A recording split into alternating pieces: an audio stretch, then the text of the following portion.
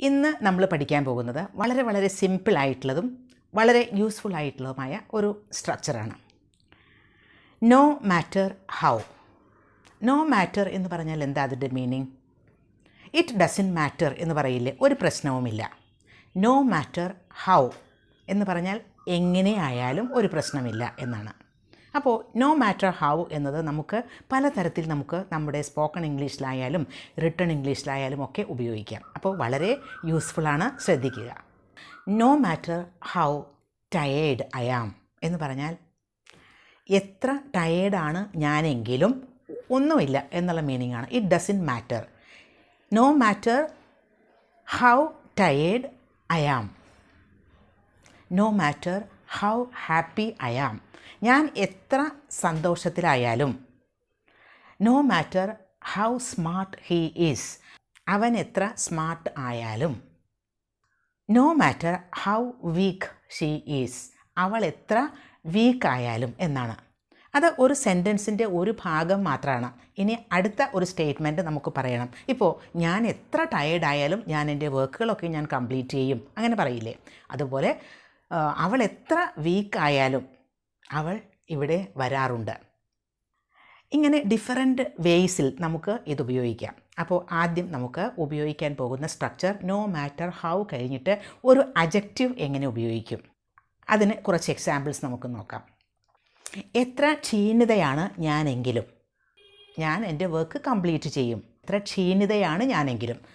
No matter how tired I am, I will complete my work. ഞാൻ എൻ്റെ work complete ചെയ്യും. നോക്കൂ, how കഴിഞ്ഞിട്ട് നോ മാറ്റർ ഹൗ കഴിഞ്ഞിട്ട് ഉപയോഗിച്ചതാണ് ടയേർഡ്, അതാണ് അഡ്ജക്റ്റീവ്. അത് കഴിഞ്ഞ് ഹൗ ടയേർഡ് ഐ ആം എന്നാണ് ഉപയോഗിച്ചത്. ഐ എന്നത് സബ്ജക്റ്റാണ്.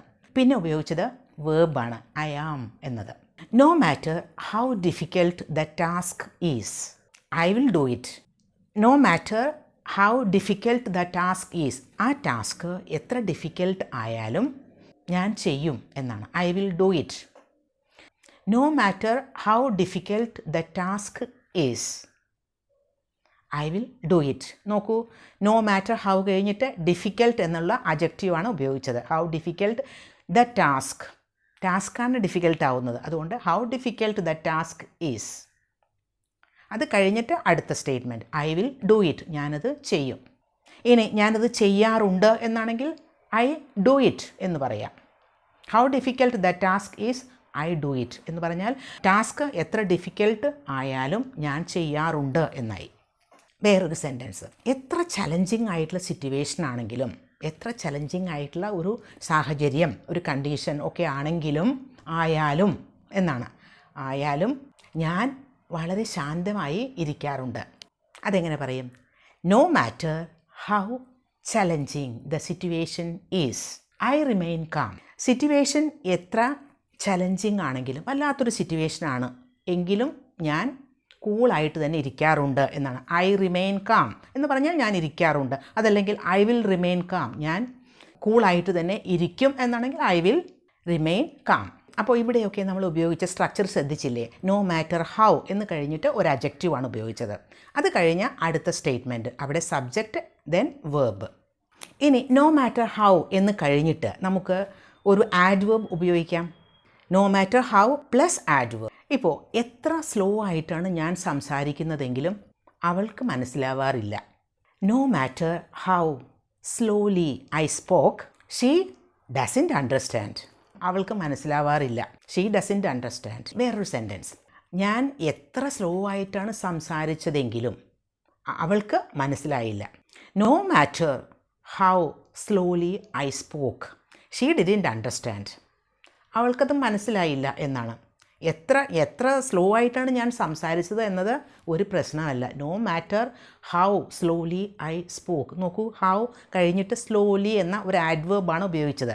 അതായത് നമ്മൾ സംസാരിച്ച രീതി വളരെ സ്ലോ ആയിരുന്നു. അപ്പോൾ സ്ലോലി എന്നത് ഒരു ആഡ്വേർബാണ്.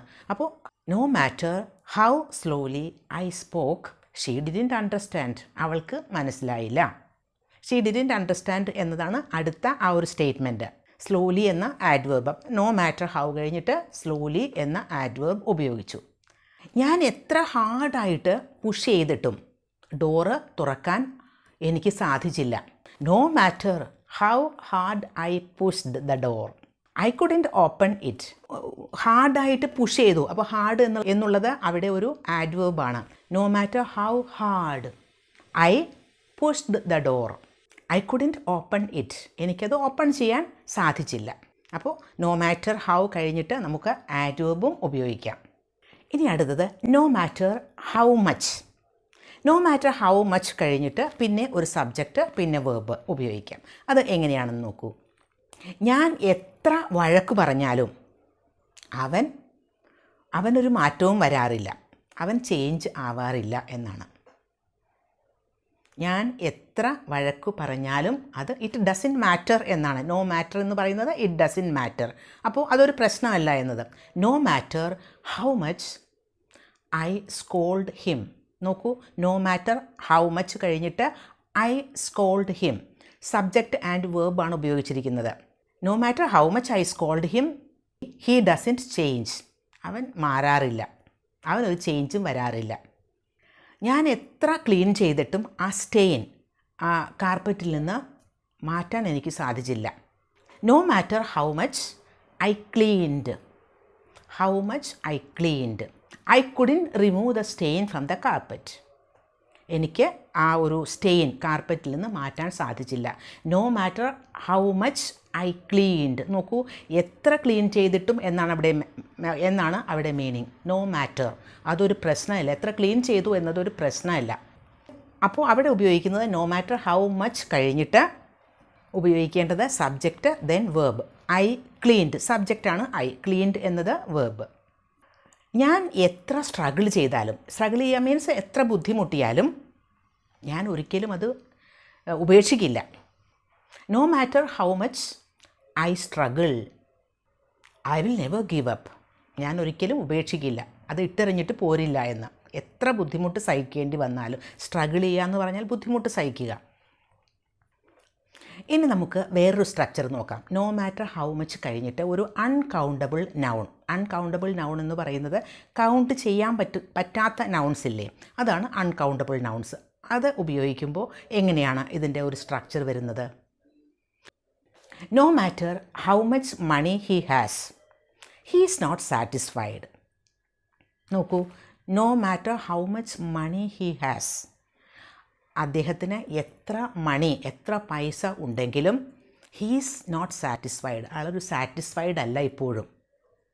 നോക്കൂ, മണി എന്നത് അൺകൗണ്ടബിൾ നൗണാണ്. ഹി ഹാസ് എന്ന് പറയുന്നത്, ഹാസ് എന്നത് അവിടെ മെയിൻ വേർബാണ്. അദ്ദേഹത്തിന് എത്ര പൈസ ഉണ്ടെങ്കിലും, പൈസ പൊസസ് ചെയ്യുന്നു, അതുകൊണ്ടാണ് ഹാസ് എന്നത് മെയിൻ വേർബായിട്ടാണ് അവിടെ ഉപയോഗിച്ചിരിക്കുന്നത്. No matter how much money he has he is not satisfied. Money എത്ര ഉണ്ട് എന്നത് അദ്ദേഹത്തിൻ്റെ ഒരു പ്രശ്നമല്ല എന്നാണ്. ഞാൻ എത്ര ഷുഗർ ആഡ് ചെയ്തിട്ടും അതൊന്നൊരു പ്രശ്നമല്ല, ജ്യൂസ് ഇപ്പോഴും പുളിക്കുന്നു. ഞാൻ ഒരുപാട് ഷുഗർ ആഡ് ചെയ്തു, അതാണ് പറയുന്നത്. No matter how much sugar I have added the juice still taste sour. No matter how much sugar എന്നത് അൺകൗണ്ടബിൾ നൗണാണ്. അത് കഴിഞ്ഞിട്ട് അടുത്ത ഒരു സ്റ്റേറ്റ്മെൻറ്റ് പറയാം. ഇനി വേറൊരു സെൻറ്റൻസ് നോക്കൂ. I will learn this new skill no matter how much time it takes. I will learn this new skill no matter how much time it takes. നോക്കൂ, ടൈം എന്നത് അൺകൗണ്ടബിൾ. അപ്പോൾ ഹൗ മച്ച് കഴിഞ്ഞിട്ട് time എന്ന uncountable noun ഉപയോഗിച്ചു. പിന്നെ it takes, അതായത് എത്ര സമയം എടുത്താലും ഞാൻ ഈ ഒരു സ്കിൽ, പുതിയ ഒരു സ്കിൽ ഞാൻ പഠിക്കും എന്നാണ്. I will learn this new skill. എത്ര സമയം എടുക്കുന്നു എന്നത് എനിക്കൊരു പ്രശ്നമല്ല, ഇറ്റ് ഡസൻറ്റ് മാറ്റർ. കുട്ടികൾ എത്ര ശബ്ദം ഉണ്ടാക്കിയിട്ടും, അത് ആ ഉണ്ടാക്കിയത് എനിക്കൊരു പ്രശ്നമല്ല, എന്നിട്ടും ഞാൻ എൻ്റെ വർക്ക് കണ്ടിന്യൂ ചെയ്തു. No matter how much noise the kids made I kept working. ഞാൻ എൻ്റെ വർക്കിങ്ങിന് തുടർന്നു. No matter how much noise the kids made. നോക്കൂ, നോയ്സ് എന്നതാണ് അവിടെ അൺകൗണ്ടബിൾ നൗൺ. ഇനി നമുക്ക് നോ മാറ്റർ ഹൗ എന്ന് കഴിഞ്ഞിട്ട് ഒരു കൗണ്ടബിൾ നൗൺ വരുമ്പോൾ എങ്ങനെയാണ് അത് ഉപയോഗിക്കും? നോ മാറ്റർ ഹൗ മെനി എന്ന് നമ്മൾ ഉപയോഗിക്കണം. നോ മാറ്റർ ഹൗ മച്ച് അല്ല, ഹൗ മെനി ഉപയോഗിക്കണം കൗണ്ടബിൾ നൗൺ ആവുമ്പോൾ. അപ്പോൾ no matter how many plus countable noun. പിന്നെയാണ് അടുത്ത ഒരു സ്റ്റേറ്റ്മെൻറ്റ് വരുന്നത്. ഞാൻ എത്ര പ്രാവശ്യം ആ ഒരു ബുക്ക് വായിക്കുന്നത് എന്നതൊരു പ്രശ്നമല്ല, എപ്പോഴും എനിക്ക് പുതിയതായിട്ട് എന്തെങ്കിലും കണ്ടുപിടിക്കാനുണ്ടാകും. No matter how many times I read the book, I always find something new. I always find something new. എപ്പോഴും എനിക്ക് എന്തെങ്കിലുമൊക്കെ പുതിയതായിട്ട് അതിൽ ഞാൻ കണ്ടുപിടിക്കും, അതിൽ കാണും എന്നാണ്. അപ്പോൾ അത് എത്ര പ്രാവശ്യം വായിക്കുന്നു എന്നത് it doesn't matter. No matter how many times I read the book, I always find something new. അവൾ എത്ര പ്രാവശ്യം ചോദിക്കുന്നു എന്നത് എനിക്ക് പ്രശ്നമില്ല, ഞാൻ ഒരിക്കലും അവളോട് സീക്രറ്റ് പറയില്ല. അവൾ എത്ര പ്രാവശ്യം ചോദിച്ചാലും ഞാൻ പറയില്ല എന്നാണ് അതിനർത്ഥം. No matter how many times she asks, I will never tell her the secret. No matter how many times she asks. എത്ര പ്രാവശ്യം, ഹൗ മെനി ടൈംസ്. എത്ര പ്രാവശ്യം തോൽക്കുന്നു എന്നത് എനിക്കൊരു പ്രശ്നമല്ല. ട്രൈയിങ്, ഞാൻ ജയിക്കുന്നത് വരെ എൻ്റെ ശ്രമം ഞാൻ തുടർന്നുകൊണ്ടിരിക്കും. No matter how many times I fail, how many times I fail, I will keep trying until I succeed. I will keep trying എന്ന് പറയുമ്പോൾ ഞാൻ ട്രൈയിങ് തുടർന്നുകൊണ്ടിരിക്കും. I will keep trying until I succeed. ഞാൻ ജയിക്കുന്നത് വരെ ഞാനിങ്ങനെ തുടർന്നുകൊണ്ടിരിക്കും. എത്ര പ്രാവശ്യം ഫെയിലാവുന്നു എന്നത് എനിക്കൊരു പ്രശ്നമേ അല്ല. It doesn't matter. No matter how many times I fail, I will keep trying until I succeed. ഇപ്പോൾ നോ മാറ്റർ ഹൗ എന്ന് പറഞ്ഞാൽ എങ്ങനെയാണത് ഉപയോഗിക്കേണ്ടത്? പല ഡിഫറെൻറ്റ് സ്ട്രക്ചേഴ്സിൽ.